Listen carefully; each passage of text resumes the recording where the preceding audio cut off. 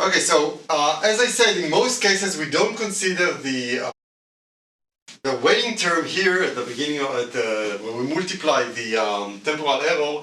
We usually consider that as a constant and not as 1 over the number of times that we chose a specific action, an action A.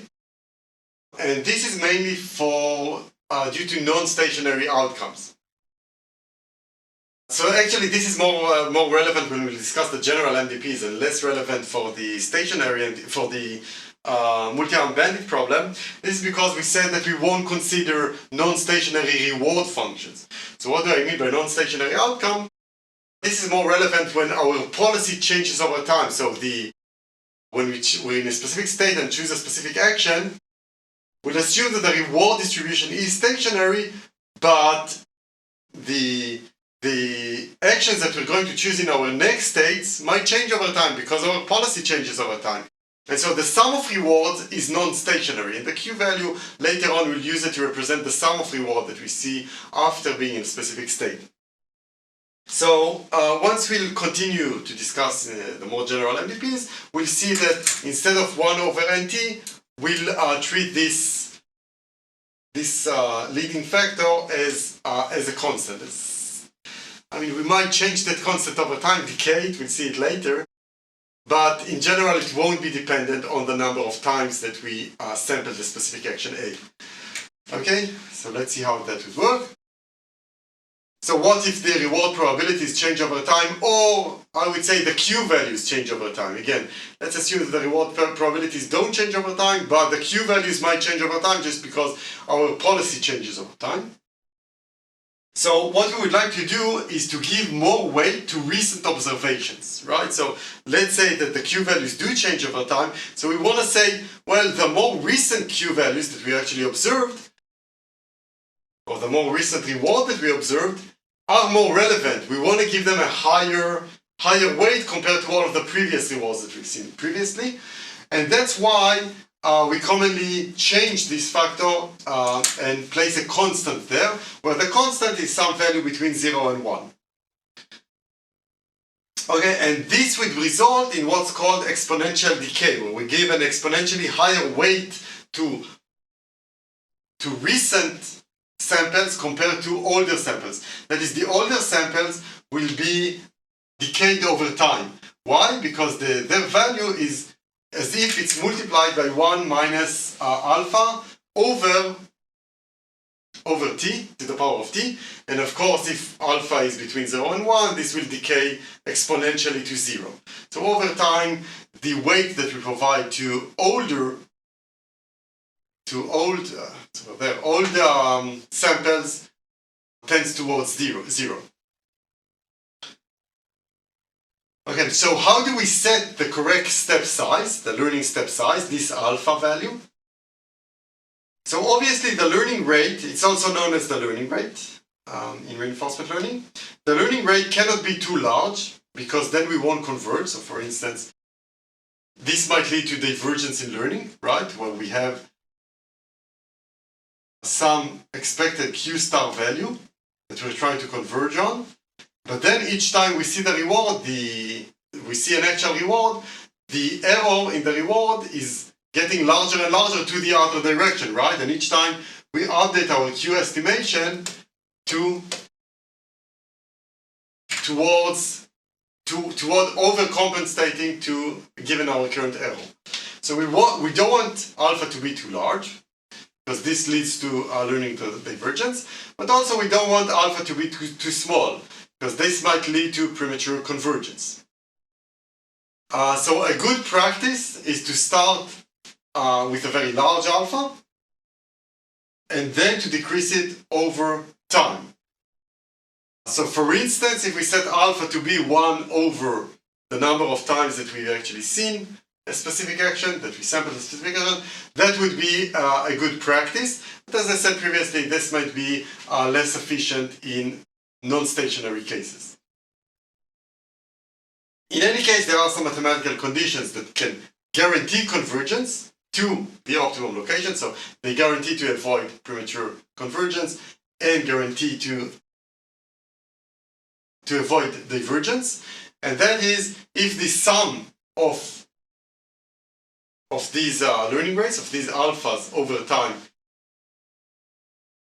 at infinity, at the limit, is, if that sum is infinite, sums up to infinity, yet the sum of the squared values is less than infinity, some constant that is less than infinity. Okay, so let's look at some example.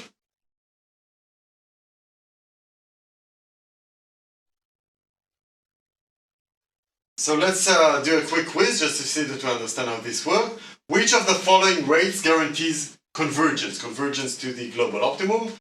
So, and I also gave you some we'll ask Vaibhav to help us here.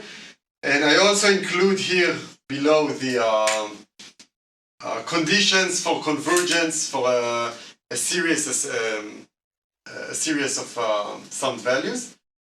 So a sum of values for 1 over I to the power of c is guaranteed to converge to a value that is lower than infinity if c is greater than 1. So if we set alpha to be 1 over t squared, the number of time steps squared, what is the sum of alphas at infinity? The sum of alphas at infinity would be, what is the value of t? T starts from 1, 2, 3, 4 till infinity. Yeah. So it would be I don't know the formula for this harmonic sum, but yeah. You're asking for the value? If I just sum. Yeah, like what is the equation? This is our alpha, 1 over t squared. Okay, if I sum these alphas until infinity, so would the summation be at infinity or lower than infinity, some constant? So you see, sorry, see here, 2 is greater than 1. That's okay. 2 is greater than 1. Hence, the summation of these values will sum up to some constant that is lower than infinity. Okay, that's what you're asking. Okay. I thought you were just asking me the exact, like, there's a sum. Oh, sorry. There's a formula for the sum of 1 by. I thought you were asking me what is that. Okay. Okay, yeah. So let's see several examples for possible learning rates and see if they hold with the conditions that we just described for convergence. So my question is for this quiz, just to see that we understand what's going on. Which of the following rates guarantees to converge? And I also included here the convergence condition guarantee for a summation of elements that are described as 1 over some index to the power of c. Okay, so as long as c is greater than 1, this summation is guaranteed to converge to some value that is lower than infinity. So our condition for convergence with learning rates is that the summation of the learning rates as they are is infinity, but the summation of the learning rates squared is some value that is lower than infinity, some constant lower than infinity. Okay, so what about 1 over t, the time step, squared? With such a learning rate, will it hold with these conditions? So let's see.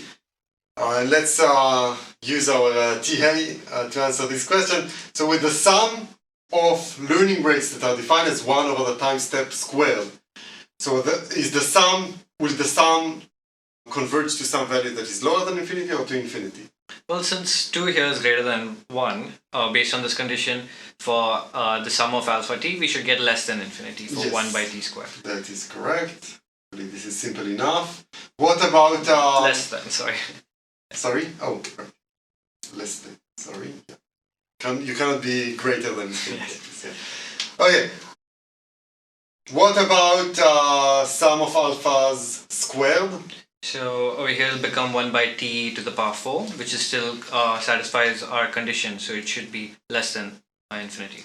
Yeah, but you can see already that this is not an appropriate learning rate, right? Yes. Doesn't hold this condition. Okay, what about 1 over t? Well, 1 over t for sum of alpha t would not, c is not greater than 1, so this should also be less than alpha. C is exactly 1, right? Yes. So it's not greater, of course. So it will Be less than infinity. be less than infinity? Yes. If C, oh, it converges. Oh, sorry, my bad. It's equal to infinity. Equal Yes. to infinity, right. So this is good. Yes. What about alpha squared? Alpha squared is greater than Greater c. than, So 2 now, is greater than 1. Now we'll Yes, have I less agree. than infinity. Okay, now we'll have less than infinity. And this looks like it'd Yeah, be a looks good option. promising. Yeah, this would be a good option. Actually, this is exactly the average, right? This defines the average. So, Yes. so yeah, that makes sense. Okay, what about 1 over 2 to the power of 2/3? It'll be infinity, and Let's see, right? So it's infinity I think less than infinity. and less than infinity. Yes, I agree because 4 by 3 is greater than 1. 4 is greater than 1. I agree. So this is also an appropriate learning rate. What about 1 over t to the power of a half or square root of t? Well, the sum of alpha t would be half, so that's infinity.